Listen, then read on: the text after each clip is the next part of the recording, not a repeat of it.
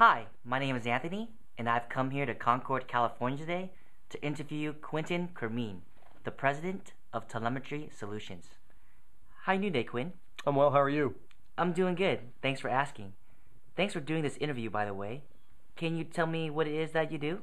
Thanks, Anthony. Telemetry Solutions designs and manufactures GPS tracking devices for wildlife research. We also sell them to our customers either through sales reps or from our main office in California. We create all of our own training material for customers and provide customer support from California as well. That brings me to my next question. How did you get into this industry? And how long have you been doing this?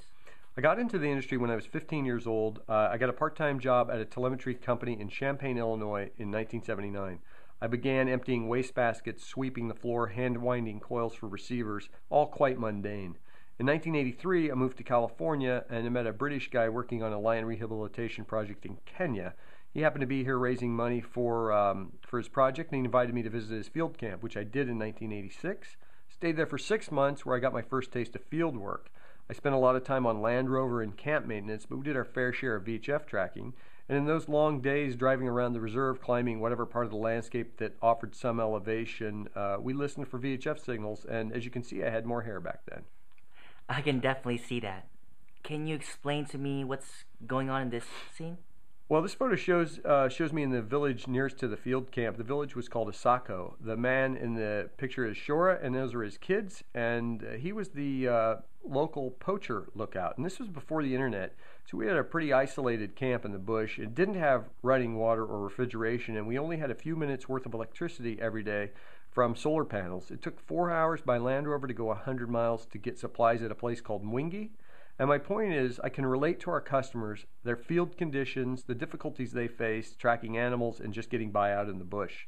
So when I finally got back to the United States and eventually ended up working at a telemetry company again, I spent a year doing nothing but encapsulating transmitters. I'd spent another year making Yagi antenna systems, and then after that I became production manager, and I worked my way up through the ranks in the industry, starting at the bottom and pretty much doing all of the jobs.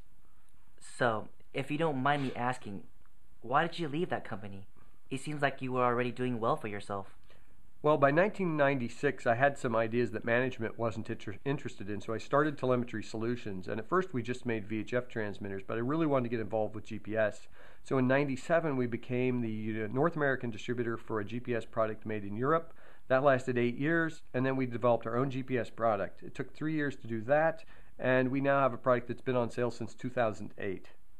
So, I think everybody watching would like to know, what makes Telemetry Solutions different from its competitors? Well, several things. We're a small shop, and when you contact us for information about a product, you talk to me.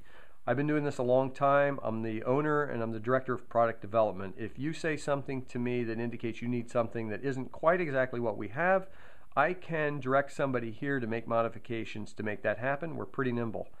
For example, we make all of our large collar and pod housings here, and because order sizes are usually small, it wouldn't pay to customize these housings if we have an expensive process to develop them.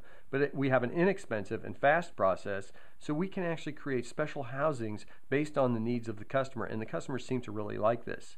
And as we've evolved, our processes have also evolved, including our testing procedures, and everything we make gets tested in an environmental chamber before it ships, and that does two things. It expedites infant mortality and confirms that the product works at temperature extremes. What is infant mortality?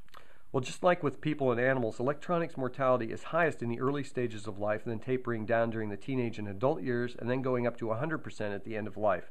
Temperature cycling from extreme cold to extreme heat, back again several times, increases infant mortalities here so that our customers don't have to experience them. So, is there anything else that sets you apart from your competition? Well, yes, our customer support is second to none. A few years ago, when sales and support started to get beyond me, I hired a young guy named Matt McDermott to take over customer support, and he was born for this job. Our customers love him. He's knowledgeable, he's polite, and with a high-tech product like ours, there are always new support issues cropping up, but Matt is quick to get on top of them and get customers on track. So, what do you think the future holds for Telemetry Solutions? Well, I don't want to give away any boardroom secrets, but I can tell you that we have put the vast majority of our profits back into the company instead of into my pocket. So R&D, along with product development, is always ongoing. We never stop with the new ideas.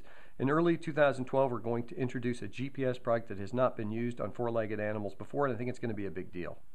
Any chance you can give us a hint about this new GPS product? Well, not yet, but in the spring we have another new concept that we will introduce. I'm not going to elaborate on that just yet either.